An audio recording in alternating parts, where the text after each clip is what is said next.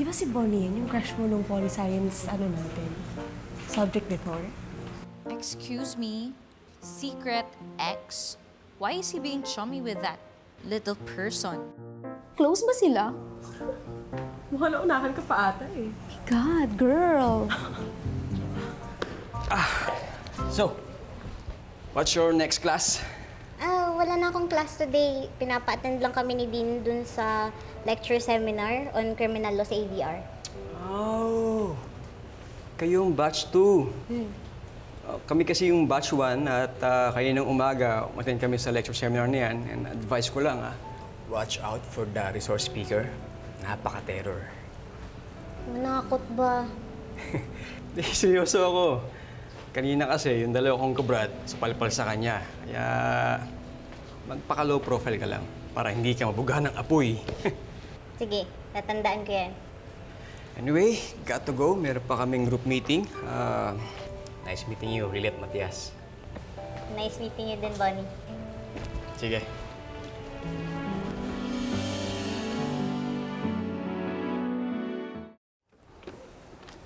Ate, kuya, photocopy kayo, laminate. They don't.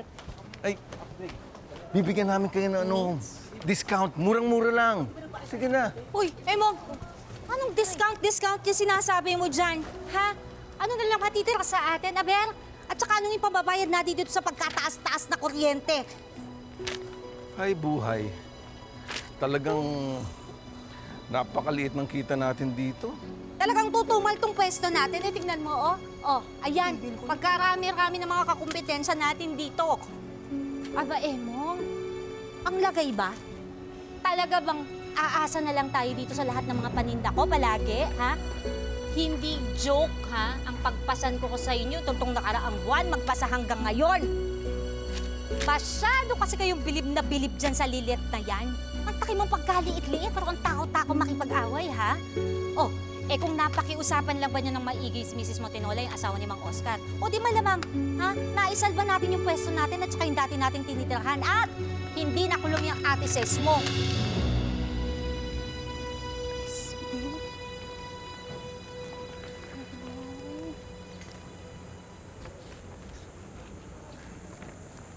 Ang AVR dito? Saan kaya ito?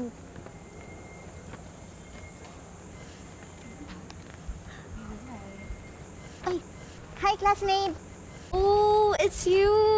Hi. Bakit mag-isa ka? Aren't you with someone? Someone that used to be Melissa. Di ba required tayong umattend dun sa lecture seminar sa AVR, sa criminal law? Pwede bang sumabay na lang ako sa inyo? Pero 3 p.m. pa yun eh. 2 p.m. pa lang. Gusto ko na kasing maagang makarating dun para di ako mabugahan ng apoy. So pabibo. Kahit ituro nyo na lang sa akin kung nasan yung AVR ng seminar. Kanina ko pa kasi hinahanap eh. Mauna na lang ako doon. Yung AVR? Diyan sa third floor. Ng Herrera Building. Third floor ng Herrera Building. Hindi sa building na to? Wait, hindi ka ba na-inform? Specific na sinabi yun ni Prof. Spanky, ha? Yeah. Ang layo pala, mga 3 building pa yung layo dito. Yup. And given your legs na gustong maaga and pabibo, girl, you better start walking. Sige na. I'll see you there. Ingat ka, ha?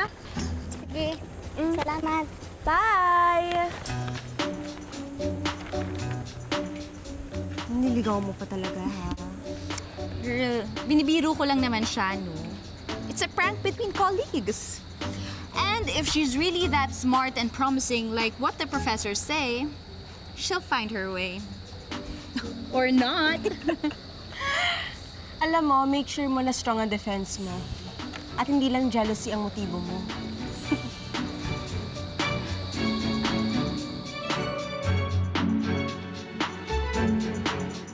Bakit naman napunta lahat ng sisi kay Lilit? Nangyari naman lahat to dahil dyan sa saking violenting Dexter na yan eh. Sumalangit nawa ang kaluluwa niyang taong yan. Pero siya ang nagsimula lahat nito eh. Wala namang ibang ginawa si Lilit kung hindi tumulong. Saan? Ha? Pa-feel naman ako ng tulong na yun. O, ito nga, ramdam na ramdam ko nga eh. Eh, yung konting pasasalamat naman ninyo para sa akin. Paki-check naman. Baka naman may naitabi kayong konti. Pa-experience naman ako. Mine. Alis ka na. Kararating mo lang saan ka pupunta? Saan pupunta? Bebenta ko to lahat. Didiskarte talaga ako ng pera, Emong. O di kaya, maghahanap ako ng asawa na marunong mag-1 plus 1 ng mga problema. Yung hindi nalang basta-basta sinosoplak yung misis niya. Mine, sorry. Mine. Nay, tama na yun. Mine. Nice. Alam mo, Emong, hindi ka kasi marunong makinig. Palibhasa na bilog na ng lilit na yan ang mga ulo ninyo eh.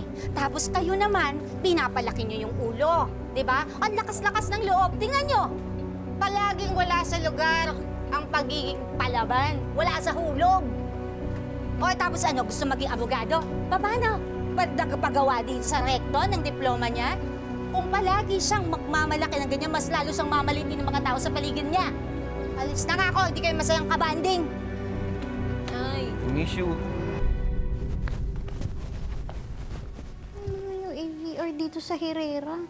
Anong oras na ba? Ano ka pa hindi ko mapapaayos pa kita?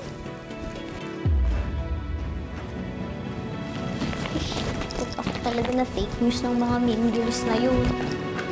Hala, hanggang alas 3 na. Wait na ako.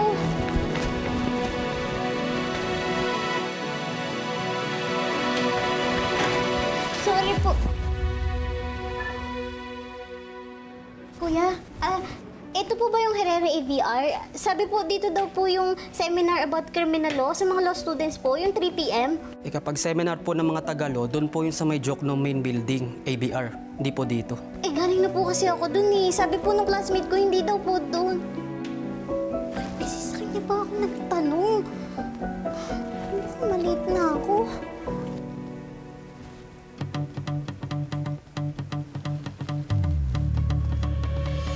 Tabi po, excuse me po, nagmamadali lang, pasensya na. Excuse me po, tabi, excuse me po.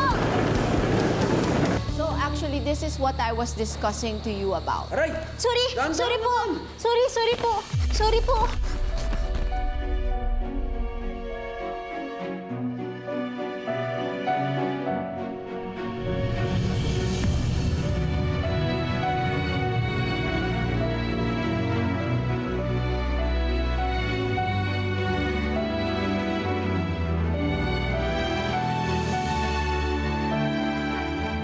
The surest way to lose the respect of the judge and to show disrespect to the court proceedings is to come to your court date late.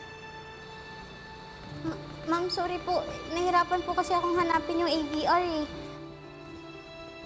If you are accused of a crime, maabsuelto ka lang if your alibi is acceptable to the court.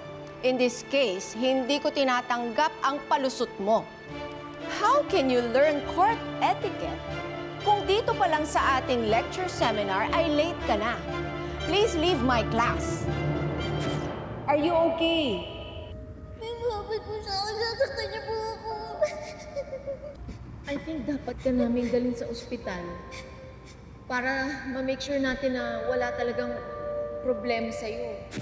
Lady Justice, tama kayo po yun. Hindi niyo na po ba ako natatandaan? Lady Justice? I don't know if I'm gonna be flattered with that. But my name is Attorney Simmons. Attorney Meredith Simmons, and I don't tolerate latecomers to my class. Leave! What? Leave! Pero kayo din po yung nagsabi sa akin na para mabuhay sa mundo natin, dapat matapang ka. Dapat lumaban ka. That's right.